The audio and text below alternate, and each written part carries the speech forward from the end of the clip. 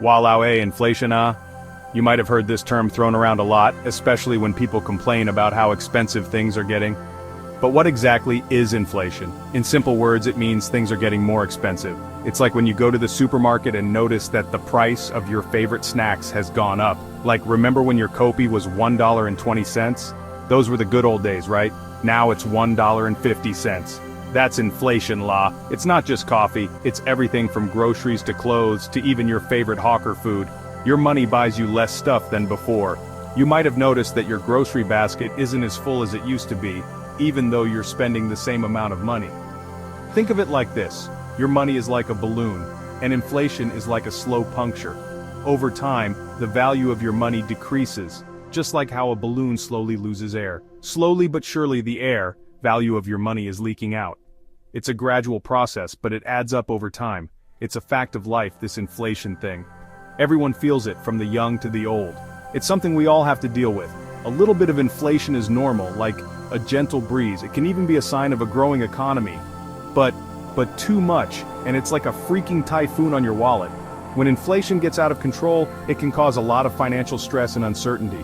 So yeah, inflation is basically when prices go up and your money becomes less powerful. Not fun, right?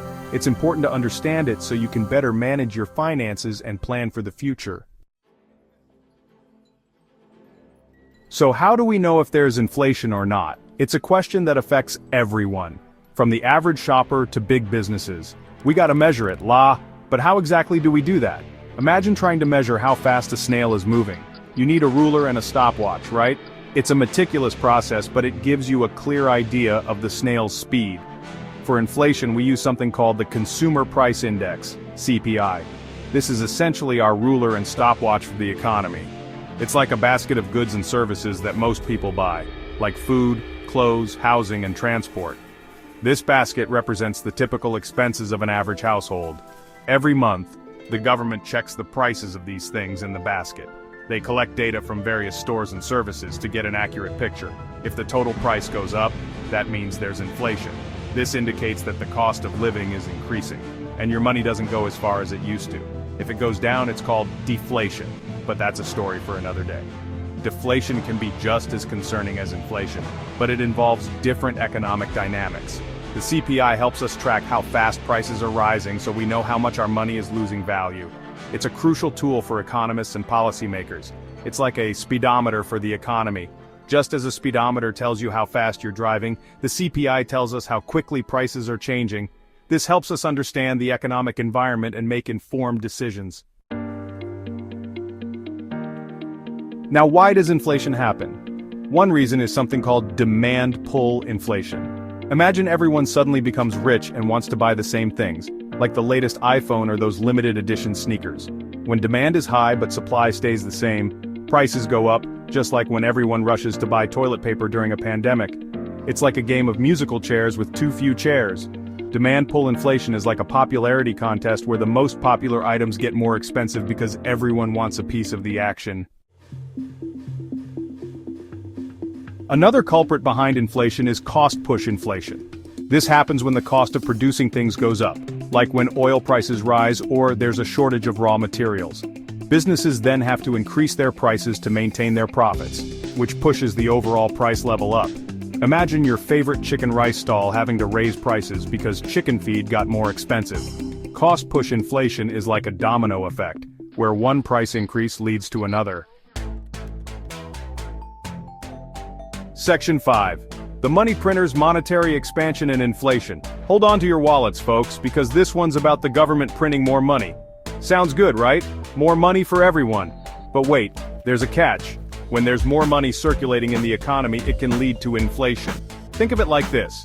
If everyone suddenly has more money, they'll want to buy more things. But if there's not enough stuff to go around, prices will go up. It's like trying to squeeze into a crowded MRT train during peak hour. It's not pretty. So, while printing more money might seem like a good idea, it can actually backfire and lead to inflation. Section 6, the shrinking wallet, inflation's impact on purchasing power. Okay, so we know inflation makes things more expensive. But what does that really mean for us? Well, it means our hard-earned money doesn't go as far as it used to. Remember that $1.20 Kopi? Now you need $1.50 for the same thing. That's inflation eating away at your purchasing power. Over time, it can really add up, especially if your salary doesn't keep up with the rising prices. It's like trying to run up an escalator that's going down. You're working hard, but you're not getting anywhere. Inflation can make us feel poorer, even if we're earning the same amount of money. Section 7. Investing in times of inflation, a balancing act. Inflation doesn't just affect our spending, it also impacts our investments. When prices are rising, the value of our savings can erode if we don't invest wisely. See, if your savings are just sitting in the bank earning a low interest rate, inflation can actually cause you to lose money in real terms. To beat inflation, you need to invest in assets that outpace the rising prices, like stocks, bonds, or real estate. Investing during inflation is like playing a game of chess. You need to think ahead and make strategic moves to protect and grow your wealth. Section 8, Central Banks versus Inflation, a delicate dance. Now let's talk about the big boys, the central banks. These guys are like the referees of the economy, and they have a big role in managing inflation. One of their main tools is setting interest rates. When inflation is high, they might raise interest rates to cool down the economy and slow down spending. It's like stepping on the brakes to prevent the economy from overheating. But they have to be careful, If they slam on the brakes too hard, it could trigger a recession. It's a delicate balancing act, like trying to walk a tightrope while juggling chainsaws. Section 9, Inflation, a double-edged sword. So is inflation all bad? It's a question that has puzzled economists and everyday people alike for decades. The truth is, inflation is a complex phenomenon with both positive and negative aspects. Actually, a little bit of inflation can be a good thing. It acts as a signal that the economy is growing. When prices rise moderately, it encourages people to spend and invest rather than hoard their money. It encourages people to spend and invest, which can boost economic growth. When consumers anticipate that prices will be higher in the future, they are more likely to make purchases now, stimulating demand. Think of it like this. If you know prices are going to go up in the future, you're more likely to buy things now. This increased spending can lead to higher production levels, more jobs, and overall economic expansion. This increased demand can lead to businesses hiring more workers and expanding their operations. More jobs mean more income for families, which in turn can lead to even more spending and investment. But too much inflation is like eating too much chili crab. It might feel good at first, but it'll give you a stomachache later. Excessive inflation can erode purchasing power, making everyday goods and services unaffordable for many people. It's all about finding the right balance. Central banks and policymakers aim to keep inflation at a moderate level, often around 2 to 3% annually, to ensure that the economy grows steadily without overheating. So there you have it, folks, inflation in a nutshell. It's a complex issue with both positive and negative effects. Understanding the nuances of inflation can help us better navigate our financial decisions.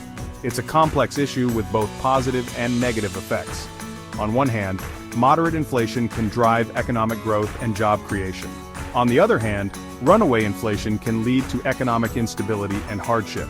But understanding how it works can help us make smarter financial decisions and navigate the ups and downs of the economy. By staying informed and proactive, we can better manage our finances and plan for the future, ensuring that we are prepared for whatever economic conditions come our way.